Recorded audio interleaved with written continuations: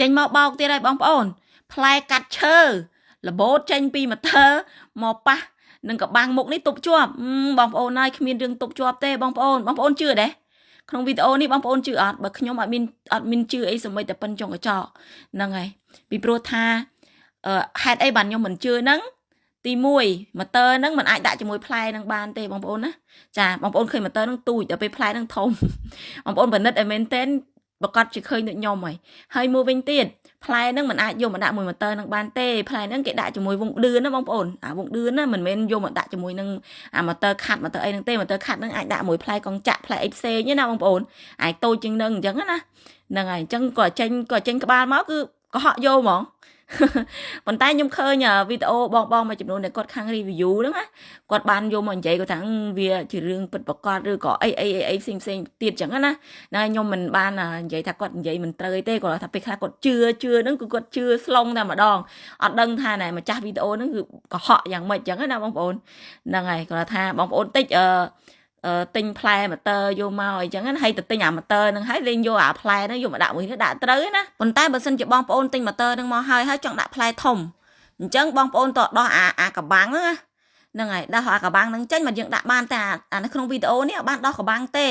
ដាក់កបាំងនៅនឹងឯអាកបាំងម៉ូទ័រណាបងប្អូនហើយលេងផ្លែឡើងប៉ុណ្ណាដែរដាក់មកចូលចេញមកក្បាលដំបងគឺសង្កេតមើលកន្លែងហ្នឹងគឺជាការកុហកបាត់ហើយខ្ញុំបញ្ជាក់កុំជឿក្នុងវីដេអូហ្នឹងហើយមួយវិញទៀតគិតថាបើទិញអាកបាំងហ្នឹងមុខហ្នឹងយកមកដល់ស្អីគេដើម្បីការពារក្រែងអាផ្លែនឹងលោតមកត្រូវមុខត្រូវអីគុំជឿបងប្អូនណាចាបើសិនជាម៉ូទ័រណាម៉ូទ័រយើងកោសឈើឬក៏ម៉ូទ័រយើងដាក់ផ្លែកង់ចាក់ហ្នឹងតែដាក់តូចដាក់បានប៉ុន្តែនៅពេលដែលវាលោតមកដោយថាវាមានផ្្លាត់ក្នុងប្រការមួយលោតមកប៉ះមុខគ្មានអាកបាំងនៅមុខហ្នឹងទប់បានទេអាកបាំងហ្នឹងវាអាចទប់បានតែកតិចឈើកតិចអីទេបងប្អូនវាមិនអាចទៅ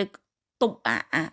បើករណីហេងលោតមកប៉ះមុខរួចវាមិនចូលវាប៉ះកបាំងមុខហើយវាឡងចេញទៅវិញបោកជាមួយនឹងរបស់របរឬក៏ខ្លួនប្រាណនឹងផាំងពេញនឹងហ្មងកម្លាំងវាខ្លាំងមែនតើណាបងប្អូនមិនមែនលោតមកប៉ះហើយវិលខ្ញល់ជាប់នឹងអាសបកមុខនឹងទេបងប្អូន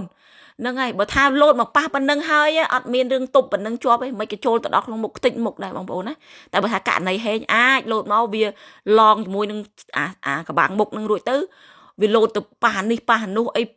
ប្រផាំងអញ្ចឹងណាបងប្អូនអូកម្លាំងវាមិនមែនធម្មតាទេបងប្អូនហ្វា178វិធីការកំសាន្តល្អបំផុតប្រចាំតំបន់អាស៊ីមានហ្គេមជាង500ជម្រើសផ្សេងគ្នាក្នុងគណនីតែមួយត្រឹមតែ$1ប៉ុណ្ណោះកំសាន្តបាន24ម៉ោងគ្រប់ពេលវេលាគ្រប់ទីកន្លែងប្រាក់រង្វាន់ប្រចាំថ្ងៃដល់$688បបិលសងវិញប្រចាំថ្ងៃគ្មានតែកំណត់ 0.5% ទទួលបានបន្ទុកផ្ដល់រង្វាន់ជាច្រើនសិទ្ធិធំអ្វីទាំងអស់នេះបានជូនហ្វា178ប៉ុណ្ណោះហ្វា178